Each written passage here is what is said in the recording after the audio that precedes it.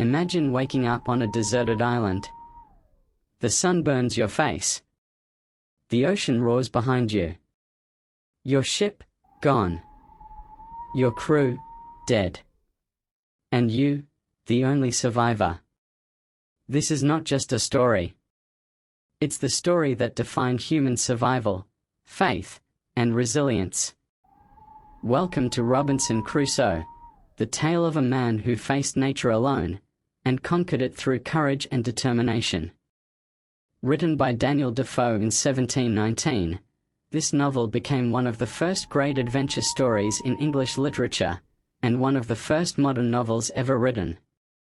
Today, we'll journey through Crusoe's incredible life, from the moment he set sail against his father's wishes, to the long, lonely years of survival on a tropical island.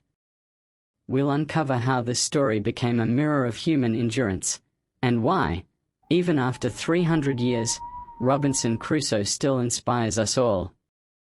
Our story begins in the city of York, England, in the year 1632. A young man named Robinson Crusoe, later known as Robinson Crusoe, dreams of adventure. His father, a wise and cautious man, begs him to stay home, to live a peaceful, comfortable life. But Crusoe's heart beats for the sea. He wants more than safety. He wants the unknown.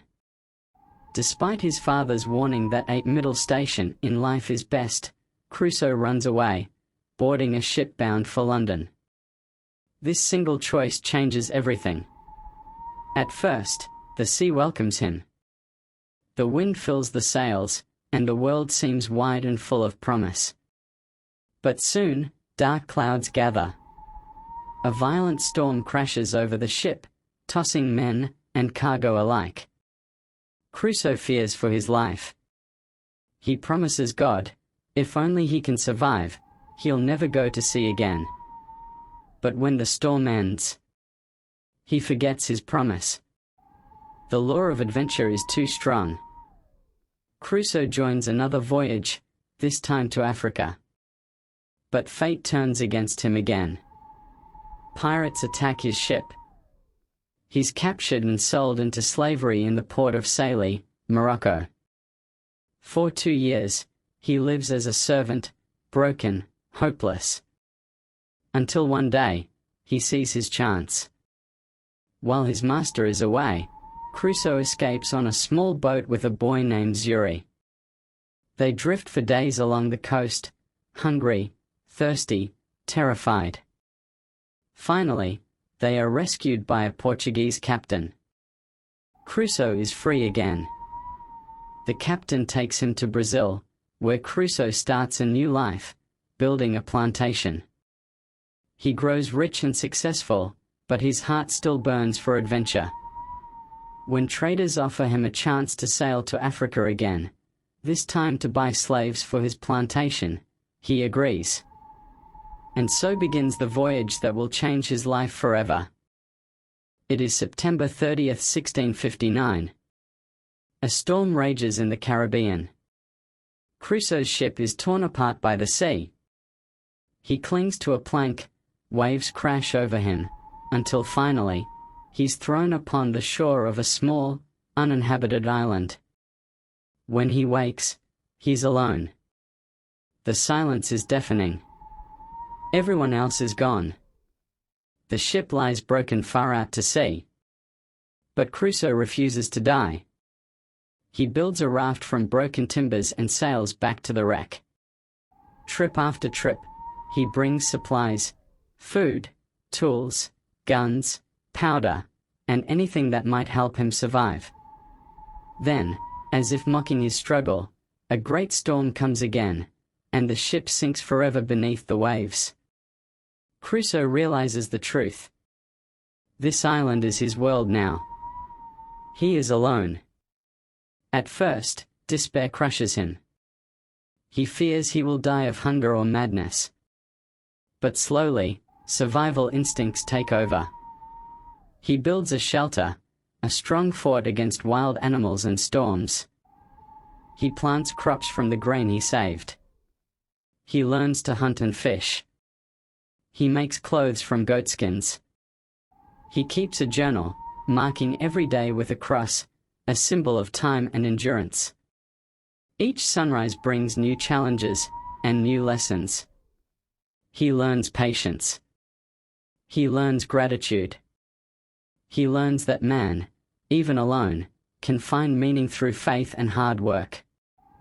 Years pass. Crusoe becomes a master of his little world. The island, once his prison, becomes his home. Friday becomes Crusoe's loyal friend and student. Crusoe teaches him English, Christianity, and the ways of farming and building. In return, Friday gives Crusoe companionship, the one thing he'd been missing all those lonely years. Together, they hunt, cook, and talk. The island feels alive again. Friday tells Crusoe about the mainland, about his people and the land across the sea. Crusoe begins to dream again of home. Then one day, a ship appears on the horizon. Crusoe and Friday see the ship anchor near the shore. But all is not well, it's a mutiny. The crew has taken the captain prisoner. Crusoe and Friday come to his aid, freeing the captain and capturing the mutineers. In gratitude, the captain offers Crusoe a place on his ship. After 28 years, 2 months, and 19 days on the island, Robinson Crusoe finally sails home. When he returns to England, the world has changed, but he has changed more. He finds his plantation in Brazil thriving. He is a wealthy man. But money no longer matters.